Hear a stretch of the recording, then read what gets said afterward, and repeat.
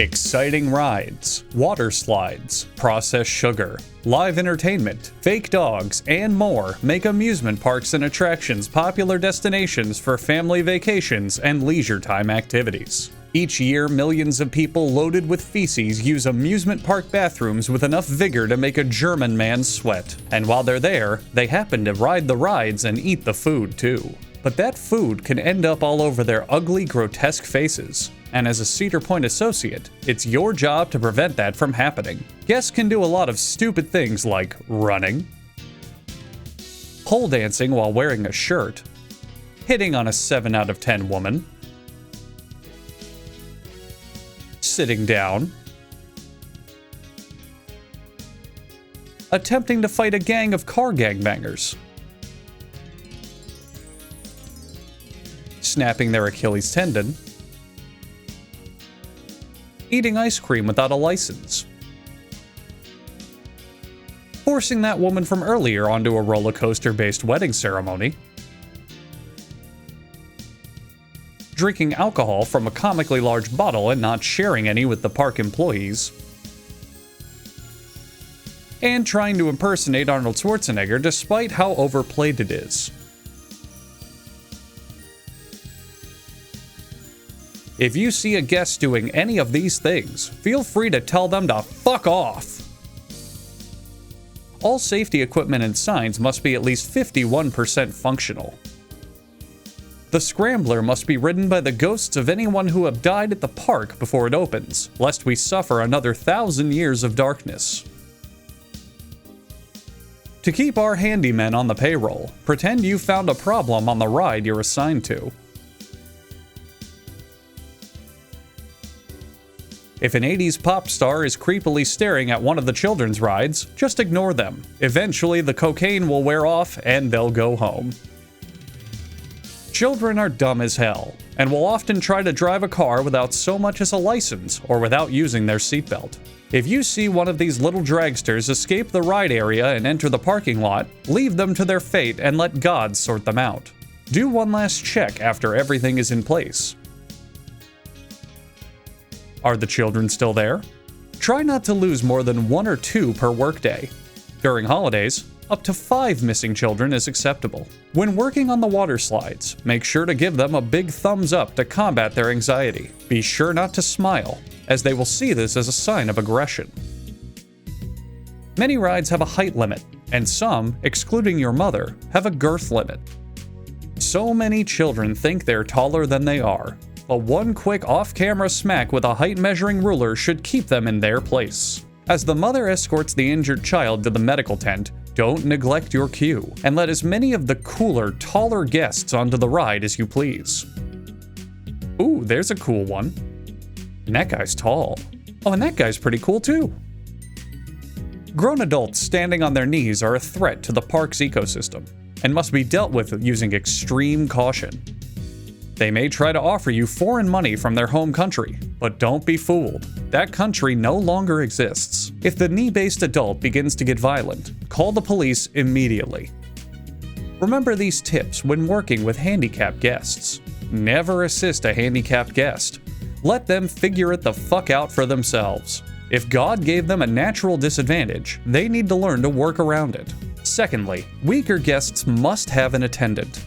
Unfortunately, selective euthanasia hasn't been fully legalized in this country yet, so we have to accommodate everyone as best we can until those liberals over in Washington get their act together. And 3. Follow the Cedar Point Cripple Code section of your handbook for more specifics. Signs inform guests as to the kind of ride they may experience, because that's the entire point of a sign. It's your job to remind guests they should never become pregnant, because that involves having sex, and that is gross. The dress code of the park is as follows: wrinkled pleather pants, a bracelet and watch with a combined value of $20, purse strap used as a belt, and a button-up shirt stolen from a closed-down bowling alley. Here's what just 3 months of heroin abuse does to an employee. Know how to sweep a floor, so if a female guest comes up to you to ask how you did that, you can put her in her proper place. Be sure to read the entire manual. There will be a quiz on it at the end of this tape. If you aren't sure you know how to read, then read the preliminary How to Read the Instruction Manual located in your employee handbook. Take all training seriously. Ask questions about your local government's authority, and follow training procedures exactly, even when not in the park. Your training in ride safety and operation can help improve your friendships and impress potential mates. Do not try to swim in the log flume. The water is mostly recycled from the park's sewage system and is too thick with poopy juice to get a reasonable lap time. Let guests who fall in find out the hard way. Pay attention to children. Study the children. Stare at the children. Obsess over the children. Desire the children. Do not talk to your consenting adult coworker. They will distract you from your child mission. Choose the perfect child. Single them out. Use the emergency stop button to stop the ride and claim your prize. Let's take a look at the wrong way to help an injured guest. Asking the guest if they're okay and speaking in a calm, helpful tone is not advised, and trying to escort them away from a still-moving ride is a terrible idea. Now let's see the right way to handle it. It's important to remember to leave the injured guest where they are and firmly tell them of ways they can help themselves. Touching or moving a guest could result in a potential liability lawsuit, and the park operates on a strict no interference policy. Cleaning the park is a mandatory part of your duties. And it's important that our park stays clean so our ticket prices can stay high. If you notice a condiment spill, call 911 immediately and evacuate any nearby guests. Overflowing restroom facilities are to be cleaned up by Alex, and only by Alex. Park guests are dicks and will throw trash at you while you're working. Use therapeutic coping mechanisms to try to ignore it. And don't forget, Dad Bod Agent Smith is always scoping the park out for trash. All park employees are trained to perform required maintenance on all park rides. And all rides are designed to be refurbished using just your fingertips. Be sure to tighten any loose bolts, connect any joints, and weld any steel together that needs it. And don't forget to wash your hands afterwards for park cleanliness. If you see a severe maintenance issue, contact your supervisor to see if you have permission to borrow the company wrench. Keep watch for tripping hazards, seatbelt hazards, and stage hazards. Remember to take a moment each day to contemplate how much better your life could have been if you went to college. You're only getting older. If you see a sharp, rusty edge, run your fingers along it multiple times to gauge just how sharp and rusty it is. Every employee, no matter how tall, short, or large-chested they are, should keep an eye out for safety hazards, such as bare electrical wires, molested electrical plugs, this disgusting shit, and protruding objects. Always attempt to make repairs yourself. Doing so will save the park necessary dividends in contracting expensive maintenance companies. Legally, we're required to post this disclaimer on never attempting repairs yourself, but we aren't legally bound to agree with it or even advocate it. No telephone locations, both in the park and around the world. You never know when the president will want to speak with you about your important assignment in Russia. Try your best to memorize 911. Ask your supervisor if you need help. And in general, keep phone calls short, because you're not the one paying for them. Don't worry, Grandma will survive another year, probably. Become familiar with the location and operation of all fire prevention equipment. There are 4 different kinds of extinguishers for the 4 different kinds of fires. Water, air, dry chemical, which is the most common, and fire. Most extinguishers in the park work like any other fire extinguisher you've seen, but some of them don't. Here at Cedar Point, our business is keeping things interesting. Remember to return used fire extinguishers to be refilled. Remember this with the handy acronym REDEFR. Make sure to take out any trash to its designated trash corners, and use these red signs to remind yourself if you learned to read properly from your previous training. For any other matters, such as perfect attendance and divorce proceedings, just check with your supervisor. General accident procedures include: stop operation on any guests and return their organs immediately. Assist the injured person from a comfortable distance away. You never know if what they've got is contagious. Remember, never move injured guests. Our team of lawyers are very good, and any wrongful deaths will immediately be covered up by the park's PR team. But it's better that you avoid being suspect number one in any park litigation.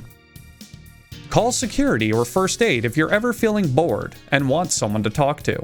Since our park is located in the middle of Ohio, crime, as well as any noticeable population size, is non-existent. It's lonely out here in the Midwest. Retain any witnesses in the jail located below the park grounds until our legal team has fully processed and compensated them. Sometimes, guests may have a little too much fun on one of our rides. Flip the main power breaker immediately and notify your supervisor in case this happens. Then proceed to escort all guests off the ride. Throughput is the most important part of our business, not customer enjoyment. Always keep them clamoring for more. We're excited for you to start living the rest of your life here at the Cedar Point family. And finally, here's a special welcome message from our current park operations manager. We here at Cedar Point are thrilled that you are becoming a part of our family and our incredible legacy. Unlike modern theme parks, which are all created by tobacco-soaked cartoon men running away from Hollywood communists, Cedar Point is an amusement park, which have an even longer and richer history. Richer as in deeper, not in terms of funding, of which we have very little in comparison to theme parks. Like most amusement parks, Cedar Point didn't start as a way to promote blockbusters. It started as a bathhouse for local families, a beer garden for local drunks, and a dance hall for local perverts. We were also at one point a gun battery for the North to defend a nearby prison full of Confederate soldiers, but we have noticed a sharp decline in t-shirt sales whenever we mention this, so just forget that. Whether you are operating one of our world-class thrill rides or frying one of our world-ending corn dogs, employees like you are the real heroes. On that note, if you are manning one of our fryers, please be sure the windows in your food stand remain open. One time I was in there so long that the canola oil fumes knocked me out for 10 months, and when I finally came to, I was finalizing a deal to purchase some random amusement park in Kansas City. I think it was called Whirls of Fun. We probably should check up on that. One of the top perks of working at Cedar Point is that we are only open to guests from May to October. However, this does not mean that you have 6 months off. Rather, all employees are required to assist in the annual invasion of the Ohioan Barbagazis that try to take over our park and plunge it into the ice realm, which would be a significant hit to our business and Sandusky as a whole. Training begins in November and the Barbagazis invade in January. Don't think too much about that though. Park guests can sense fear and they thrive off of it. Anyways, good luck recruits. I'll see you around the park. But please, if you do see me, only refer to me by my stage name, Dick Kinzel. Welcome aboard, new recruits, and may God have mercy on your souls.